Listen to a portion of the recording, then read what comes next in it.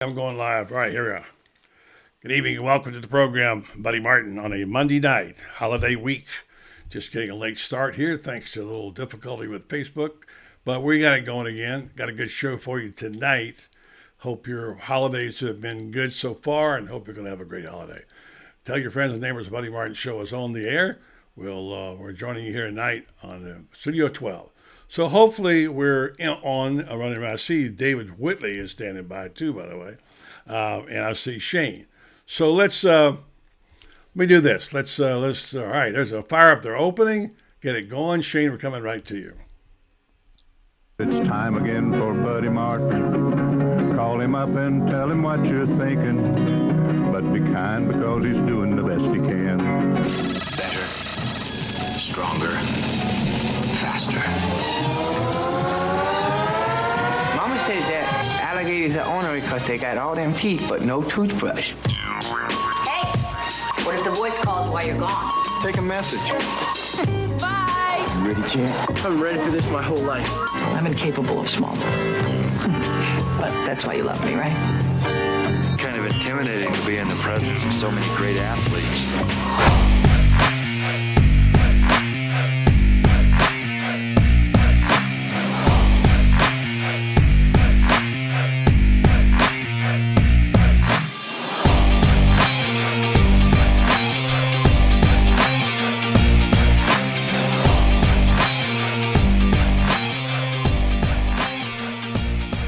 Evening and welcome to Meldon Law Monday. I'm Buddy Martin. The program is on 4 nights a week now. Glad to be there tonight. We have a lot to talk about. We have some really good people standing by. Shane Matthews in the orange and blue room. We'll get right to him. And we've got let's just say, remember that old show when Ricky had a lot of splaining to do? I Love Lucy. Got a lot of splaining to do. Well, the football people and the program in Florida have a lot of splaining to do. But I have a little different approach to it. We'll see. We'll talk to Shane and get his take on it. I think it's time to kind of recalibrate our expectations and think about what's real and try to have a little enjoyment out of football again. Would you like that? I would. This has not been a real enjoyable football season for us, folks. And it's not just the winning. The winning certainly makes a difference, but it's not just winning. We're going to call about it over the weekend. We'll talk about that a little later. Let's do this. Let's hear from our friends at Meldon Law. Then we'll be joined by Shane Matthews, who will be brought to you by Titan MRI. Stand by.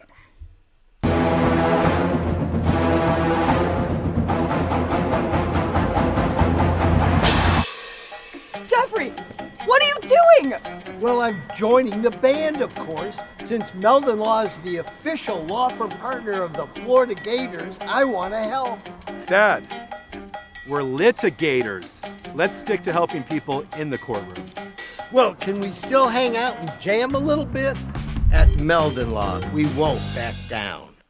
All right, Meldon Law, let's go right to the orange and blue room, brought to you tonight by our friends at Titan MRI. Worth a short drive to Gainesville, no insurance, no problem. You can pay with cash or cards, same-day scheduling available. Start feeling better today. Titan MRI is North Central Florida's premier independent MRI facility. Come see why hundreds of patients are visiting our Gainesville location from Ocala, Marion County, and the villages. That's Titan MRI, sponsor of Shane Matthews, and also a sponsor on his program. Good evening to you there, quarterback. What's happening, buddy? I always like how relaxed you are, man. I envy you. You get that big old chair laying in back. It's Monday night. I get to watch Peyton I know. Talk to Buddy Martin. Your favorite thing is watching Peyton and Eli. I know that. That's okay. That's a good thing. So Shane, I want to get to you on this subject here in a minute. We have to have a discussion about Florida football, but I've declined. I'm not getting into the trap. Okay. I've decided I'm not going to be sucked down in the sewer, and start having to make excuses and explain. I mean, look, it's on Billy, all right, whatever it is. But, I think it's what you told us it might be. You saw every play of every game. You know as much about it as anybody. Before we get there, let me just say that there are a lot of commentators out there. You can listen to your own. You Gator fans have a right to be disappointed. It was a bad year by our standards around here. and we'll see what the future brings. But one of the things is we're going to hear a lot of noise in the system, as Zook used to say, and there's going to be a lot of people coming down on this program and on Billy. And they, by the way, they deserve that part of that because there were some things that were broken. But, there's a lot more to it. I mean, go ahead and say season was a failure, but I can't go along with Paul Feinbaum, and we'll hear from him in a minute, who said this was a disaster. Okay?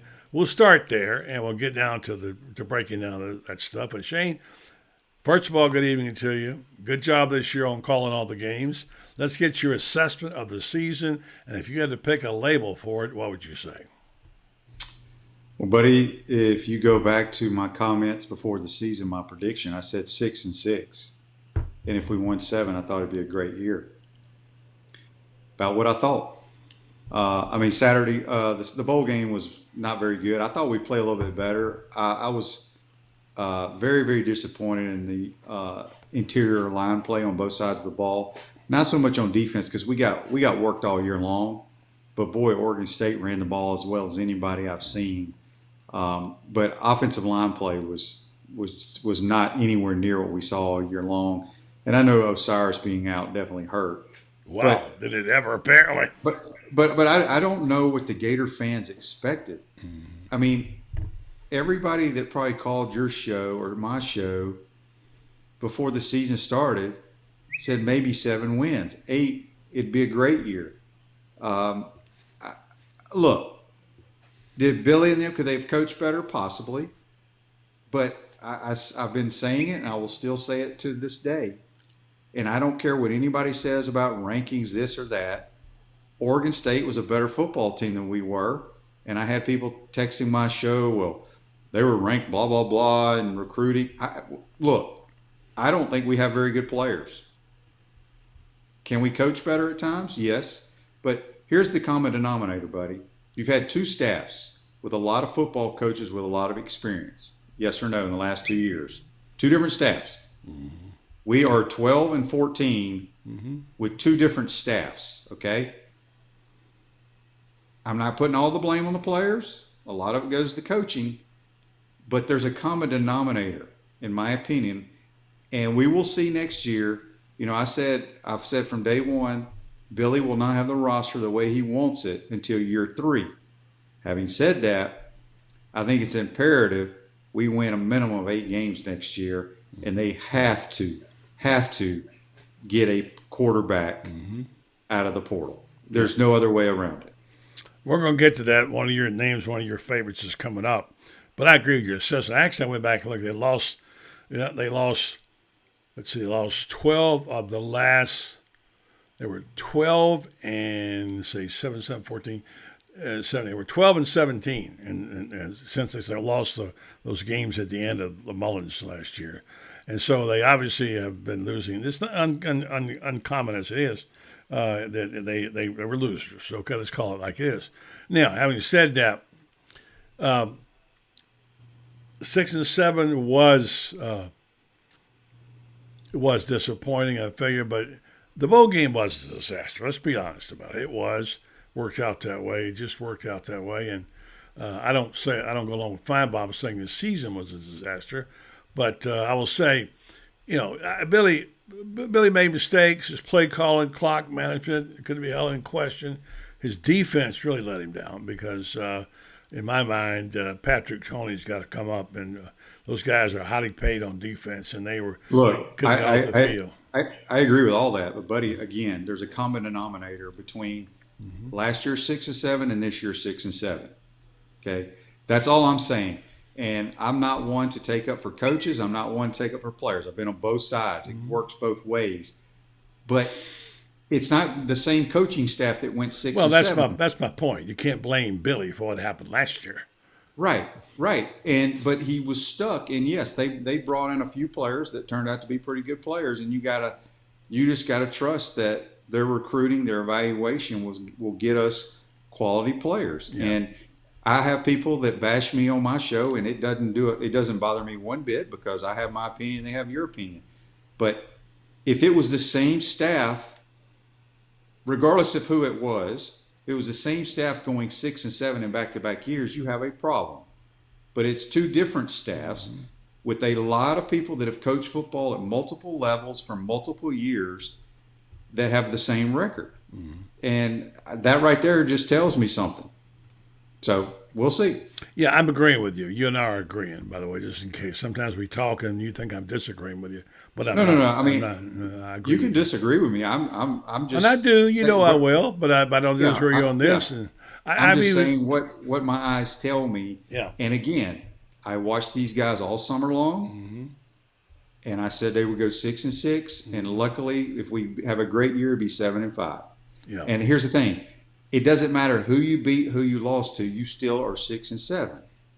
But for Florida to get back to being relevant, we have got to. You know, when you look at the schedule, buddy, and you say that's a win, that's a win, that's a win, that's a win. We have got to get back to where Kentucky, Vanderbilt, Missouri, and South Carolina are no-brainers. They're wins no matter what. Yeah. And then the rest will take care of itself. And you add to that the fact that he didn't beat his rivals this year. They lost. Right, but you throw that all out the window. Whether you beat your rivals, lost to your rivals, 2 years in a row, you're 6-7. Doesn't matter who you beat or who you lost to. Yeah. You're 6-7. Yeah, I'm going to say, though, that optically speaking, when you lose your last 3 games and and I agree with the call. I don't know what you thought about kicking the field goal. What's to lose at that point? Yeah, I mean, what the heck? I mean, it's a record that coaches like Coach Spurrier have built up, and I'm sure you want to protect that. The field goal was the right call. You know, and optically, maybe people. Well, here's the problem: like we should have made the field goal the first drive. Well, no, but I mean, the decision was down to the last 90 seconds. You got nothing from this game. You're trying to salvage something from this game, and you don't want to be the guy who got shut out. So I understand that. I have no problem with that. I heard Matt Baker today on the Feinbaum show, and Feinbaum was pretty critical, and that's his game. You do that. Matt Baker was pretty fair, actually. He's on the criticize. He said, and I agree with this, that Wednesday starts the rebuild and the road to recovery, and now Billy's got to get this right. The jury's out. It's about to come in, and, you know, I don't know how you evaluate it other than what you think you got, but they've got to come up with some ball players on Wednesday. This is a big, big day for the Florida Gators.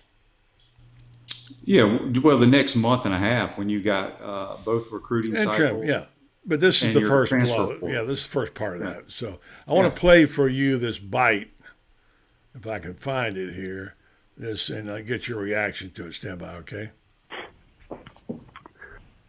I thought it was a disaster, and I say that because there had been an expectation that Florida got the best hire, the Brian Kelly, Billy Napier debate, which we've talked about ad nauseum, and I guess even if you extend the season after the first week, Greg, I know what the mood was down there because I'll never forget sitting in Nashville talking to you, and I think Joe and I think Tebow was there, and I mean I'm not saying this came from your mouth, but I heard it from some of the others about the culture here, and everything is different, and it just fell apart, and it fell apart in the most difficult way at the end when people remember. And I'm sure somebody in Gainesville is going to counter by saying, "Hey, listen, we were left a mess. We had all kinds of issues, opt-outs toward the end. Recruiting is better than it's been." And I can read all that too, but it just felt like the end could not have been worse. I mean, when you're sitting there watching a team kick a field goal at the end of the game to avoid being shut out, and you're down by 30 points, I mean, you just shake your head and go, what happened to Florida? I mean, I thought this used to be a big-time program. Well, there you go. It's Paul Feinbaum talking to Greg McElroy on the Birmingham show. What do you think of that? I mean, Paul's made a lot of money doing what he does. Paul knows about as much football as that door in my house. That's how I feel about him. Mm-hmm. The culture is 1,000 times better because he's not here. He does not understand that. It's no. Last year we lost to Central Florida in a bowl game. Look, that bowl game, I could care less. Yes, I thought we would play much better. I thought There wasn't one positive thing you could take out of that bowl game. Not one. I agree. We didn't coach well. We didn't play. Not one player did anything worth a damn. I agree. Okay? It is, but it has no bearing on recruiting. It has no bearing on next year. It'll be a totally different team. So Paul Feinbaum can say what he wants to say, but I don't agree with anything he's saying. Well, that's what I'm asking you, whether he knows football or not. That he has a national forum. Well, that's fine. He can sit there and have his opinion, but I can sit here and tell him he's 100% wrong. Okay. All right. That's what I want to get you. I understand. All right. So there's a lot of questions. One thing I promised myself, I wrote this column yesterday about this past week for me, Shane, has been an awakening about life, about a couple of things, okay? I don't mean to get too philosophical here, but the whole thing with Mike Leach was just touched so many thousands of people. And it made me think about, how come I didn't know Mike Leach? How come I didn't write more about Mike Leach? Do we have to be so Sabanized? Everything is about the national championship. There are other good stories out there besides those guys. And I thought, that's my bad. I'm going to do a better job of trying to know more about people and people who are interesting and doing good things. And he impacted so many lives. If you heard Feinbaum's show last week, it was a testimony to Mike Leach. I mean, people from all over the country, not just in the Southeast, talking about what he did, what he did for them, how he took time up with the lowest person. He talked to a ball boy, or he'd take the ball boy and a Fortune 500 guy and treat him the same way. He had a remarkable way of reaching people. And I thought about that, and I thought about how many of those stories, how many Mike Leaches have I missed in my career with journalists. And I thought about, it was also a week when I was a little bit emotional because my wife had a heart attack, as you know, last week. She's doing fine now today. We had her doctors good, but it was a scary time. On the same day that Mike Leach died, on the same day he had his heart attack, she had a heart attack.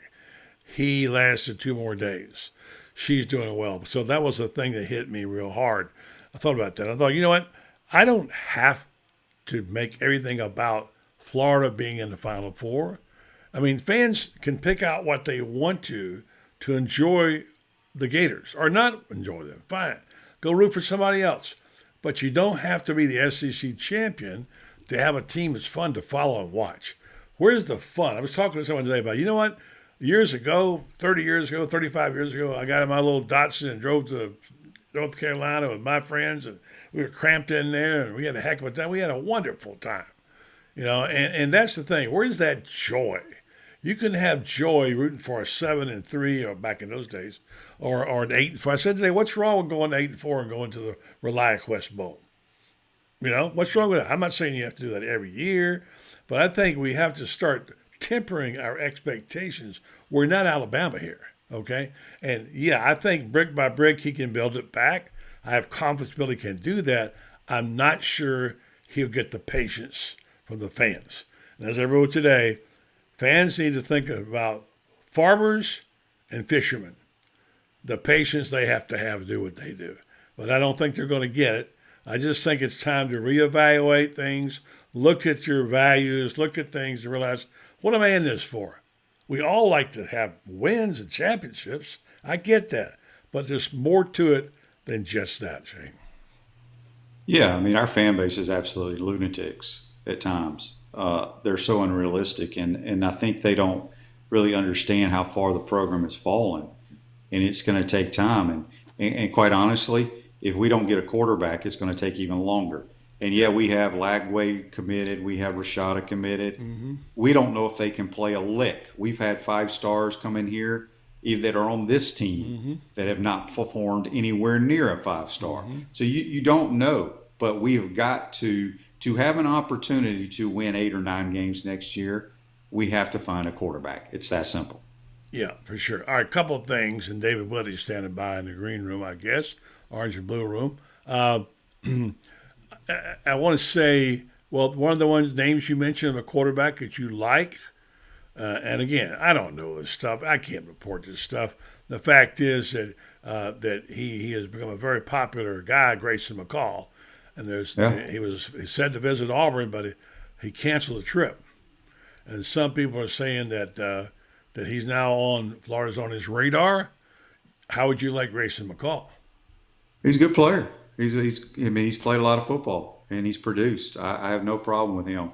The problem, I think, what Gator fans need to realize, that these kids that are in the portal that are good players, we are not the only school that's interested in them. Mm-hmm. Everybody in America knows you cannot win if you don't have stability at the quarterback position, consistent mm-hmm. play. And so everybody is looking towards that. So then the kid has to choose where he wants to go. And it's just amazing to me how so many fans get upset when not a portal kid, but a kid coming out of high school chooses a different institution and not yours. Mm-hmm. Well, you can't have everybody. And it blows my mind how these people get so mad when player X chooses to go to Miami or chooses to go to Clemson or Wake Forest or wherever they may go. And then they want to try to blame the coaching staff and the administration and the recruiting girls and stuff. I mean, buddy, why? That just blows my mind.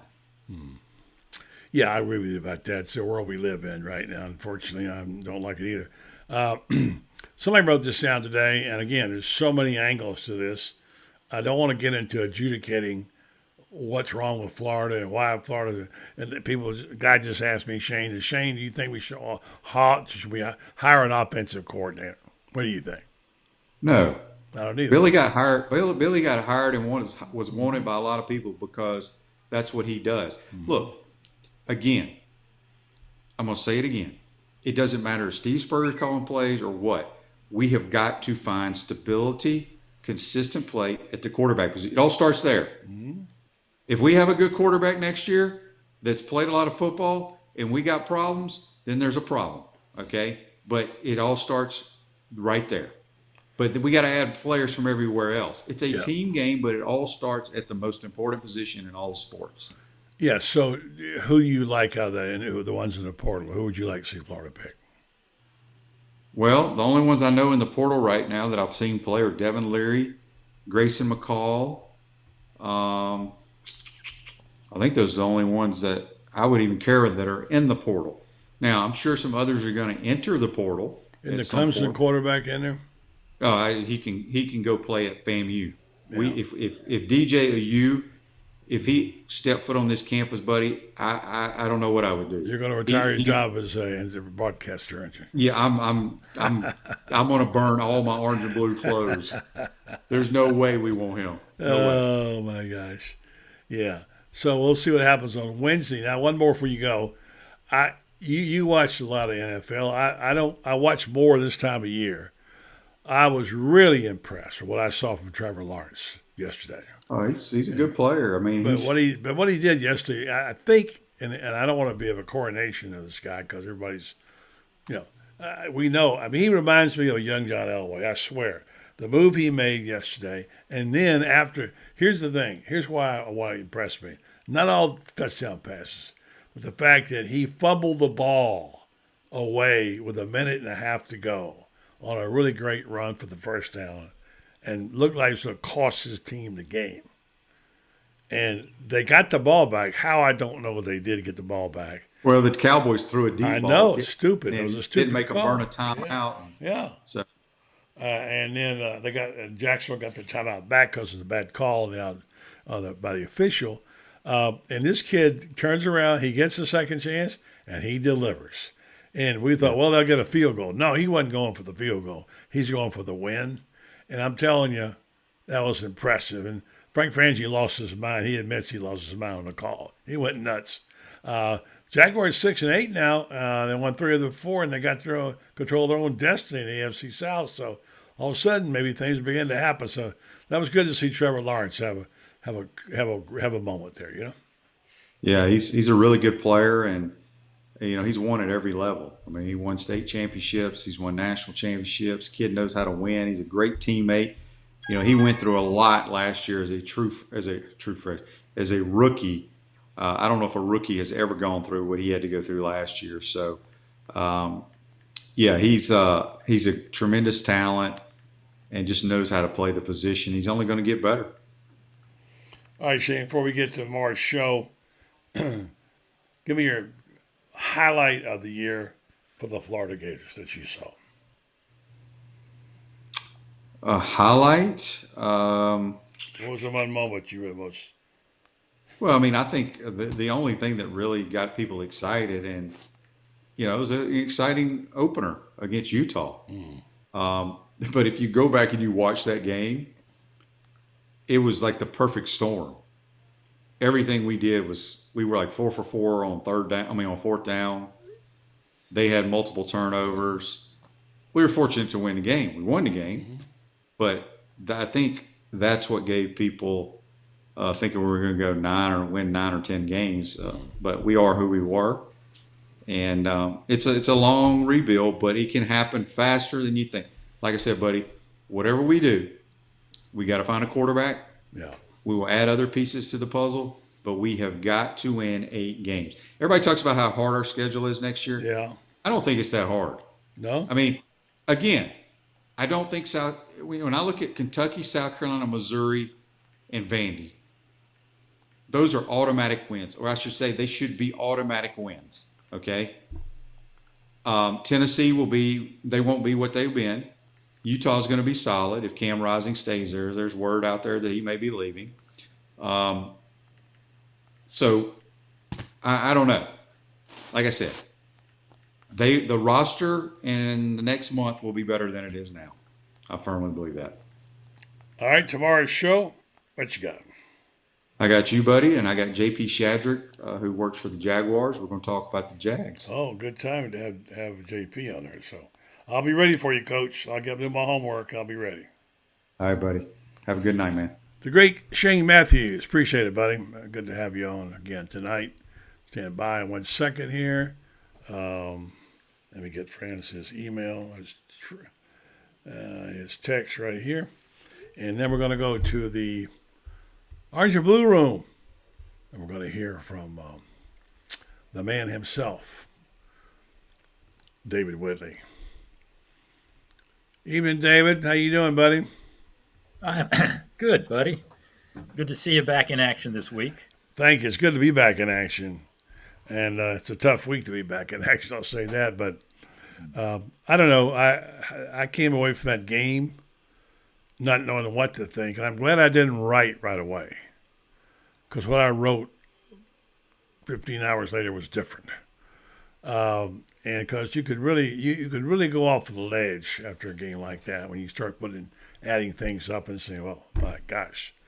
And I played this bite earlier. I'll play it again. This is what Paul Feinbaum said today on a radio show. I'll get your remark, get your thoughts on about what he sees for Florida. I thought it was a disaster.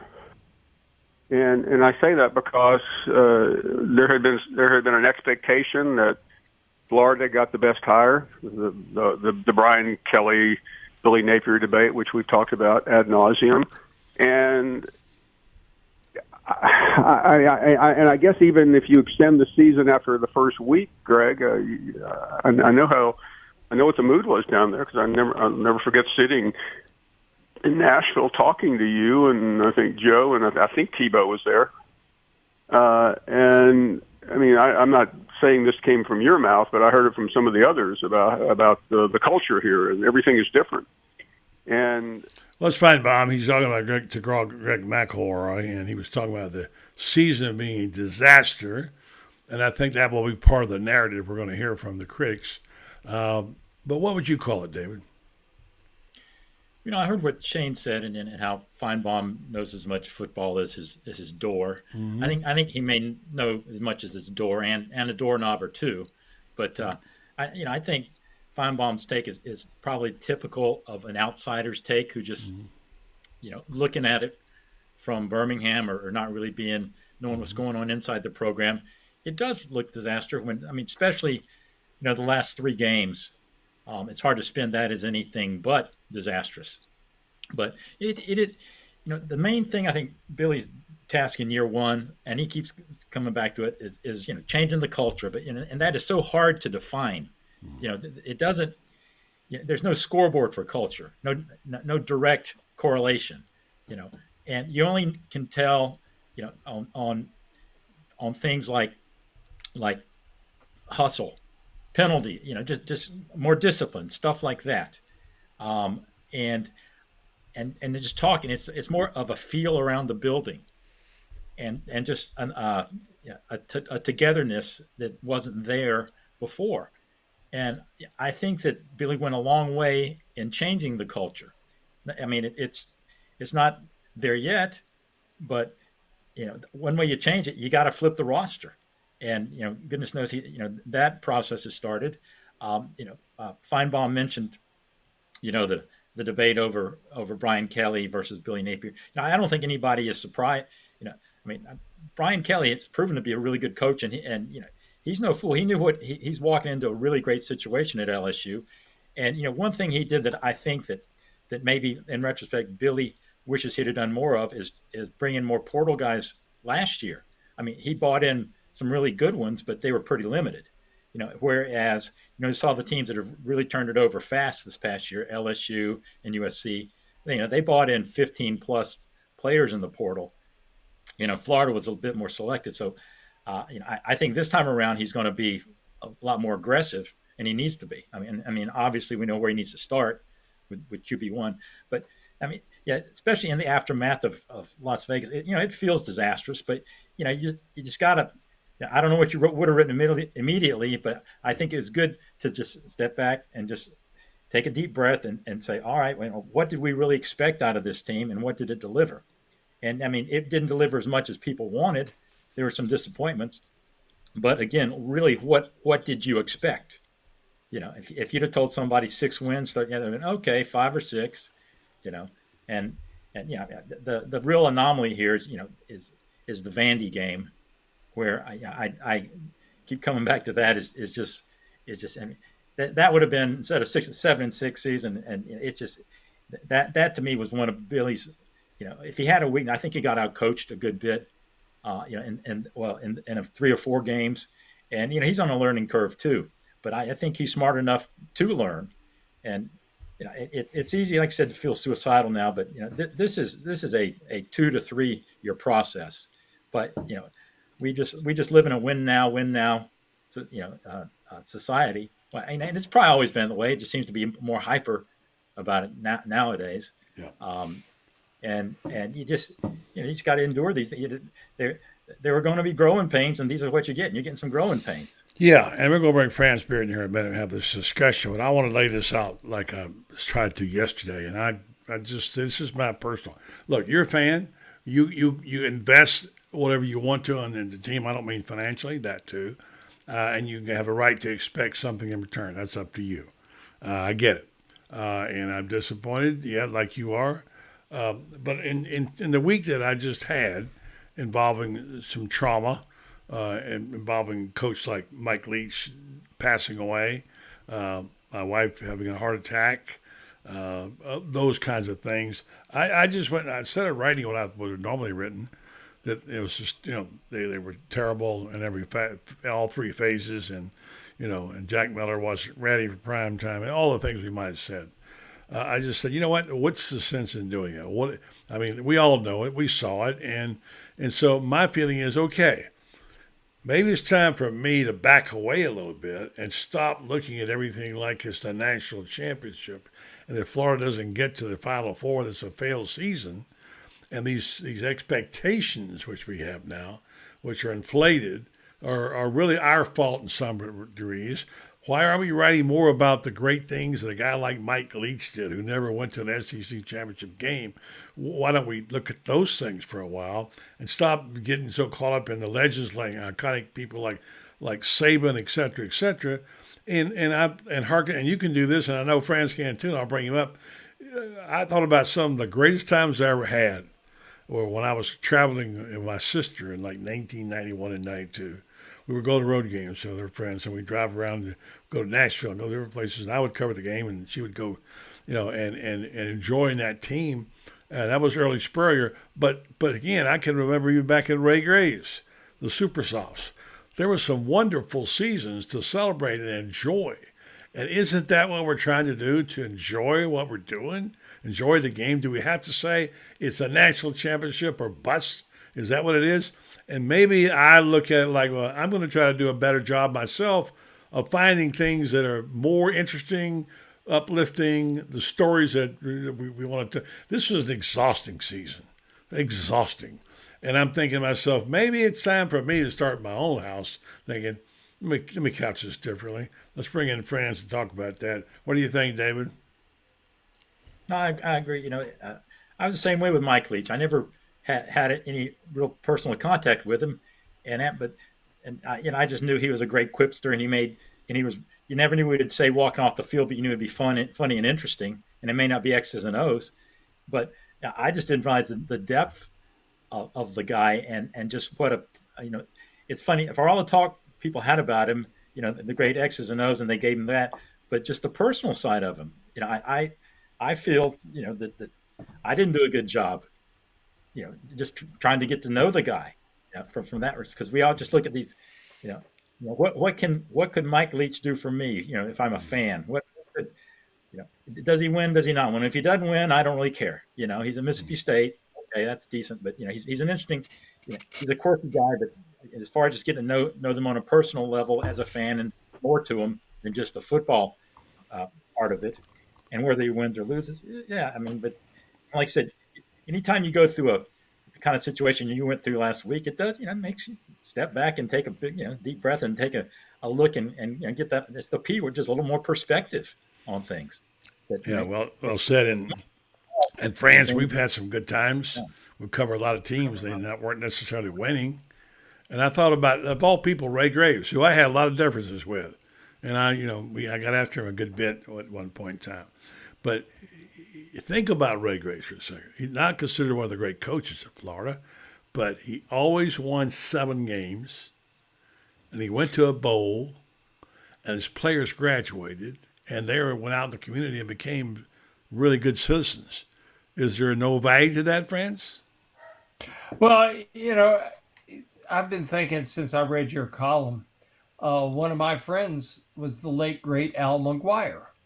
And Mike Leach is probably the football equivalent of Al McGuire, a guy that, you could have a conversation with Al, and if you had a 10-minute conversation with him, you might have 28 seconds of basketball, and the rest of it was about whatever was on Al's mind at the time. The guy rode a Harley Davidson in the wintertime, to work him back in Milwaukee. I tried to get him on a golf course in Richmond, and they wouldn't let him play in sneakers and no socks, and, and blue jeans. And so we got him at another one. But I talk, these people should be treasured. I remember when people used to rip and shred Dean Smith and said he would never win a national championship, and they judged him by that. And then he wins a national championship, and everybody says, wow, he's a great coach. He was a great coach all along. He just didn't win a national championship. And I think it's like you've said, we need to appreciate the journey.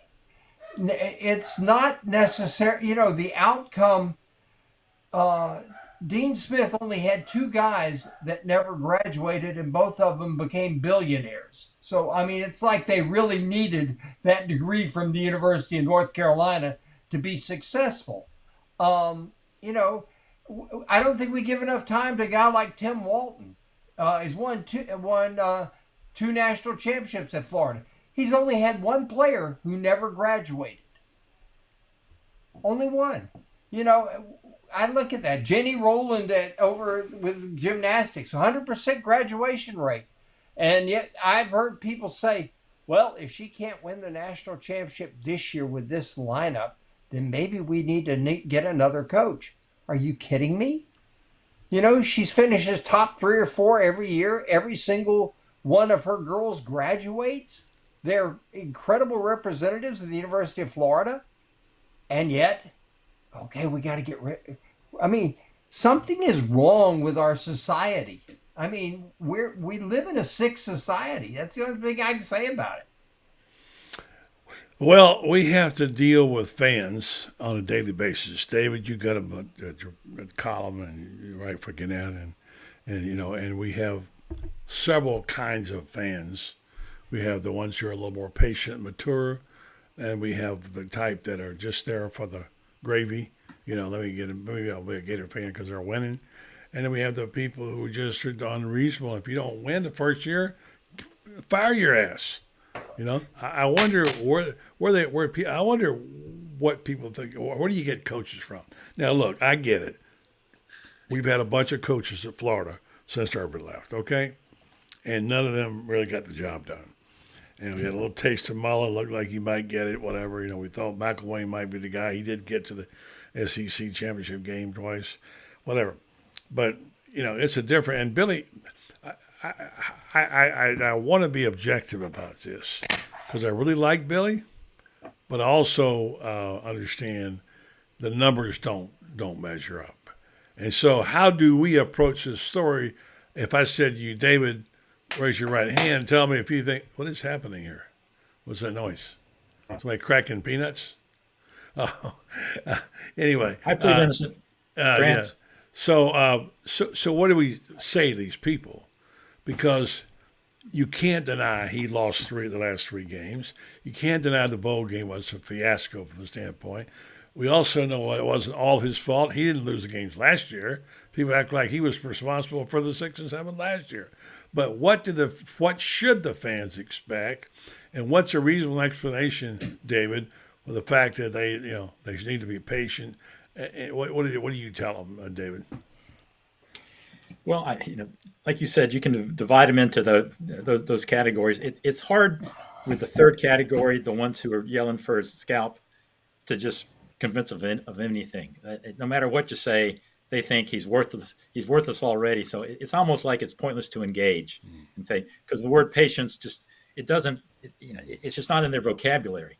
They think, and if you started to talk objectively and say, all right, well, you fire him, who are you going to get? They'll say, well, let's get, I don't know, Saban. Exactly. You can't have that conversation.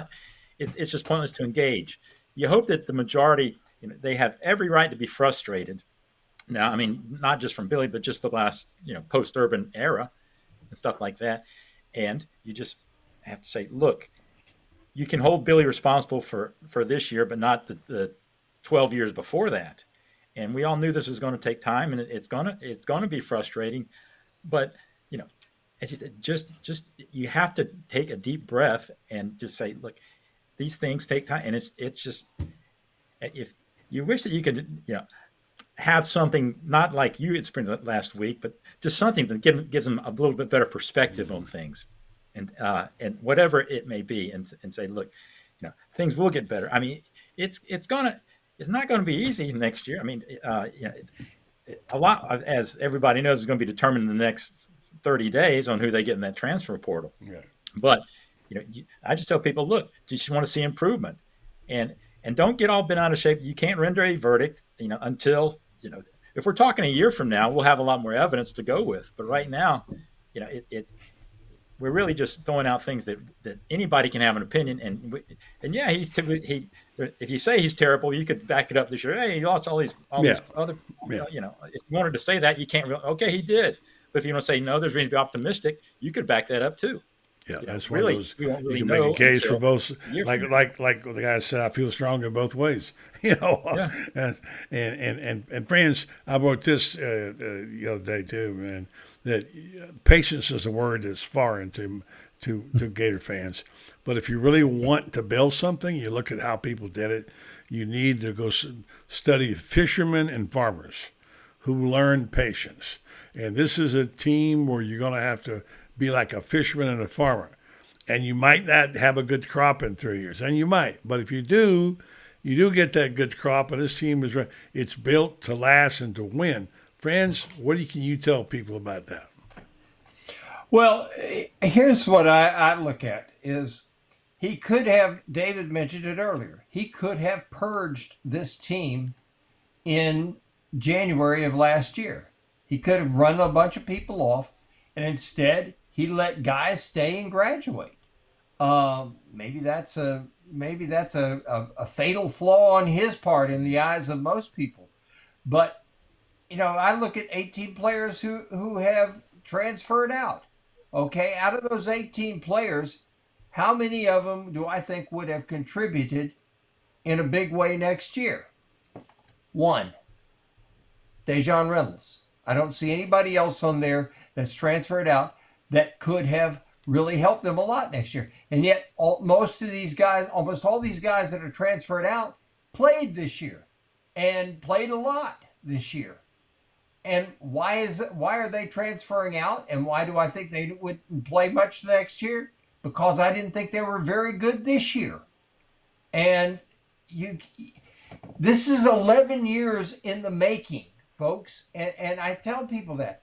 This did not happen overnight, just like it will not be an overnight fix to get them ready. This is 11 years of bad recruiting. Dan Mullen came in here and had 3 good years with smoke and mirrors and a little bit of luck. Billy had smoke and mirrors too, but he didn't have luck because he had 5 ball games that he could have won that he didn't. And that had to do with luck for one thing, and the other thing was if he'd had a couple, 3 more players who were better, he might have won those games, but he didn't. So we look at it and we say, okay, gosh, boy, this season was a disaster. It wasn't great, but it wasn't a disaster either. I agree with you. That's what Feinbaum said. Disaster. They could have been 3-9. Mm-hmm. They could have been 3-9. And maybe the reason they weren't 3-9 is because he pulled a lot of smoke and mirrors and got 3 wins that maybe he shouldn't have. Yeah. Another All one right, I've David. heard. Go ahead, David. Get your final thought. It's a wasted year. I don't think so. I mean, I think they have done a lot of heavy lifting in the last 12 months here, and so I mean that the bottom has been hit. So I don't think it's a wasted year. It'd been a wasted year, if they'd had still kept Mullen here, because somebody's going to have to come along and start this process. So it's a tough year, but it certainly wasn't a wasted one. David Whitley, you can read him in the Gannett paper near you, the Gainesville Sun. Very good columnist. David, we enjoyed having you on. Thank you, and we'll catch up to you here in a few days. See how the recruiting National Sign Day goes, and we'll see how the portal goes. David Whitley, you can read him in what's it, Gainesville.com? Is that it, right? That's it. All right. Thank you, David. Appreciate it, my friend.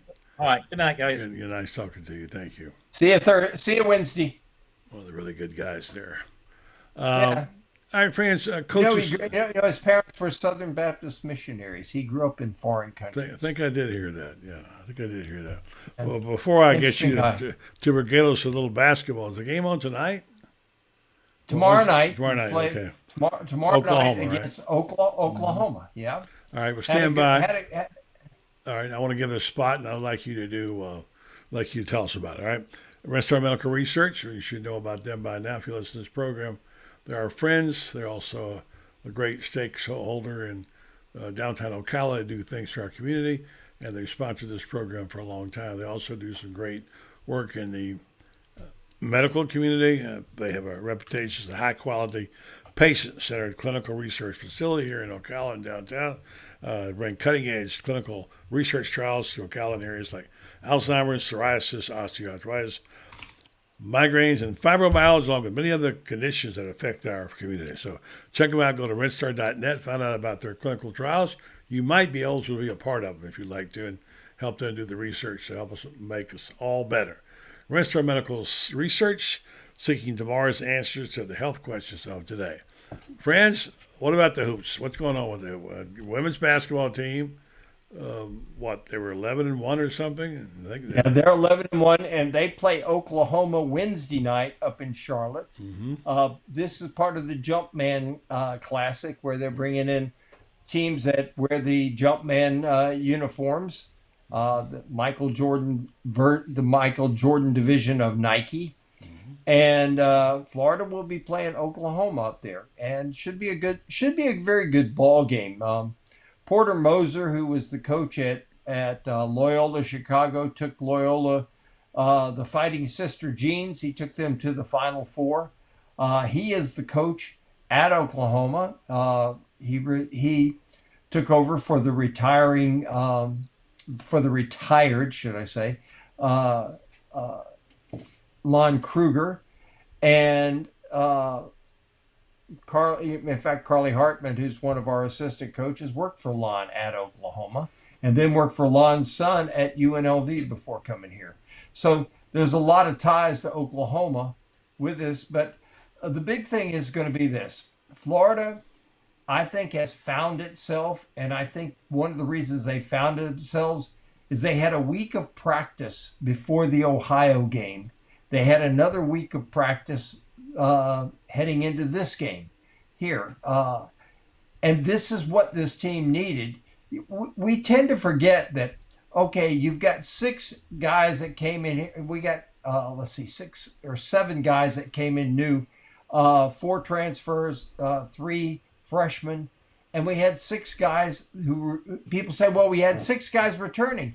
Yes, but these 6 guys all played for a different coach. So it's like a new coach, 13 new guys that we're talking about. So it doesn't happen overnight with this. It's kind of like the same thing I could say about Billy Napier in football. Is everybody says, well, look at all these players he had returning. Yes, but they were all new to him, and he was new to them. Stuff sometimes doesn't happen as overnight as we want it to be. We want instant gratification. Todd's got this team at 7-4. We rank 6th in the NCAA net rankings, which is good wins, bad wins, etc., like that. Ken Palm rankings. We're in pretty good shape there. We're a team that I think going into SEC play, if we can win 9 or 10 ball games, we'll make the NCAA tournament with this. I believe. I think we're going to be close enough to do that. So getting this win tomorrow, I think, is a very, very big deal. And it's the last non-conference game we have before we play Kansas State, which is going to be up there. And boy, don't you wish you could be there, because that's a game that the Gators will be playing against Keontae Johnson, who is playing up at K-State. That's right. And playing very, very well. I'm happy for him. Good for him. I wish he had been able to play here, but I understand why the doctors here would not clear him to play. Nobody wants another Hank Gathers situation, and nobody wanted to take that risk here. So anyway, this is a team, I think, that's really started finding itself. Alex Fudge, I don't know if you saw the Ohio University I did game. see that. I know you're really high on him, I understand. Well, he's 6'10" and he's freaky. And then Kawasi Reeves, who I can't wait to see what kind of hairdo he comes out with. I mean, since he cut off the hair from last year's do, which I think everybody was kind of saying, that's weird. Now it's different colors and everything. And now he's kind of, last couple games, he's had kind of a spider web in it. Even his teammates say they can't wait. They never know what he's going to come out with. And they're excited every time they see him. But if you look at those last game, he scored 20. But the big thing that he did in that game was he came out and he rebounded well, and he didn't force the issues. He was playing within himself, and I thought that was a big deal. And you take him and Fudge, and they are so athletic there that add that in with Will Richard, who's a great shooter, with Kyle Lofton, who I think showed the last game he's a tremendous point guard. And then the ultimate piece in the middle, which is Colin Castleton. And Castleton, people are looking at the numbers, they're saying, well, gee, since he started out with those 3 25-point games or better, he hadn't played all that well. Well, yes, he has, but you just got to look at what he's doing. They're doubling and tripling him, and you look at how he is facilitating everybody else. Alex Fudge talked about it today. And he says it all runs through Colin. And he said Colin's just a tremendous distributor there in the middle. This is a team. Well, you didn't mention my man Riley Kugel. You know I like him now. He's one of my favorite players. Well, Riley's going to be a seriously good player when it's all said and done. He is he's got about a 48-inch vertical. He's very smooth, when he runs the court. You know, he's how he handles himself. Looks like an athlete. You know. He is an athlete. He's a tremendous athlete. I watch him and I think to myself, can you imagine this guy as a 6'5" and 200 pounds? Can you imagine him as a wide receiver with that kind of leaping ability and everything, and the kind of speed and smooth and the moves, and he's got yeah. So you're high on this team. You feel pretty good about it. I think they've got a chance to win 19 or 20 ball games in the regular season. Yeah. And if they can get to 19 wins, then that may be a stretch. We may be looking at 16 or 17, and we may need to win some games at the SEC tournament. Mm-hmm. But I think it's a team that's going to surprise people. I've talked to I have a lot of friends who are officials, and I talk to them, and they say that look out for Florida. Florida's going to be really good. Mike Eads, who's now the supervisor of officials in the SEC, is retired. A great official. I saw him at the UConn game, and he looked at me and he said, "Don't judge this team by what you're seeing now." He said, "This is going to be a good basketball team," and he says, "This guy knows how to coach." I think people need to take that approach with Billy Napier, too. This guy knows how to coach. Yeah. Speaking of Billy Napier, final point, I thought I knew Florida's roster pretty good, and I read this. Jordan Young finished the season the year's highest graded player in coverage. I've hardly heard of this guy. Have you? Yeah. I mean, I'm thinking, how do we miss that? His stats showed up. Out of 38 coverages, he allowed 2 targets and 1 reception. Well, I sure missed him. That's only 30, but he only had 38 coverages. Right. Exactly. But you look at what happens here with these guys. It's easy to go. He's a guy that's got a good future here. He's a young guy that had to grow up a lot this year, and that's the one thing about it. And here's the thing. People. I heard somebody say today, said, "Boy, our guys couldn't cover anything." Well, one of the reasons that our guys couldn't cover as well was because the other team's quarterback had all day to throw typically because we couldn't get pressure on him. When you can't get pressure, boy, the greatest factor, I think, these days and times in having a good pass defense is being able to get pressure. Because if you can get pressure, your pass defense looks really, really good, because the way these offenses are designed now to get the ball out of quarterbacks' hands quickly, and these quick routes, and they spread the field horizontally and vertically, it creates a lot of space out there. Space was the big thing that Mike Leach talked about. Mike Leach said, if I can create space, my offense is unstoppable. Important thing to think about. Yeah, R.I.P. to Mike. Yeah, for sure. But you can't create space if you can't get pressure on the quarterback. Yeah. That there are too many holes out there. Got to make him move his feet. You can't let him sit back there. He'll pick you apart. Yeah. We've seen that before. Francis, a good job as usual. Trust everybody's good at your house, and you're gonna have a big Christmas this week. And we'll talk again on Thursday, but let's see what the Gators can bring home on Wednesday. You'll be there along with our team, and finding out who they're going to sign and commitments, and hopefully some portal news coming soon. It's going to be a good recruiting year. I'm going to tell you right now, we're going to land a really good quarterback. I hope it's the kid from Coastal Carolina. I hope. I think that's a real possibility, but I know that the first, I think I'm hearing that their first choice was the Pratt kid at Tulane, and he's a West Palm Beach guy. Yeah. He's a tremendous quarterback. But I understand that he's going to stay at Tulane, and why not? You know, he's got taken them to the Cotton Bowl. It's hard to walk away. Before I go, I want to say one other quick thing. Sure. I want to give a nice shout out to Jervon Dexter Sr. for playing in the bowl game. I also want to give a big shout out to two guys from Alabama, Bryce Young and Will Anderson. Are going to be two of the first 4 players taken in the NFL draft. They're playing. I look at some of these. Love that. I look at some of these guys opting out, and I think to myself, do your teammates not mean any more to you than this?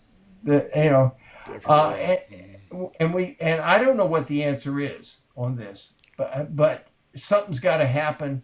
I heard today on one radio show that the only way this is going to happen is we're going to have to start making players employees, and you're a contracted employee. Therefore, that's happening in California already, and our RB is on that right now. So we'll see. I can't worry about it's too far away. I got to worry about today and tonight and tomorrow, and I can't worry about what else.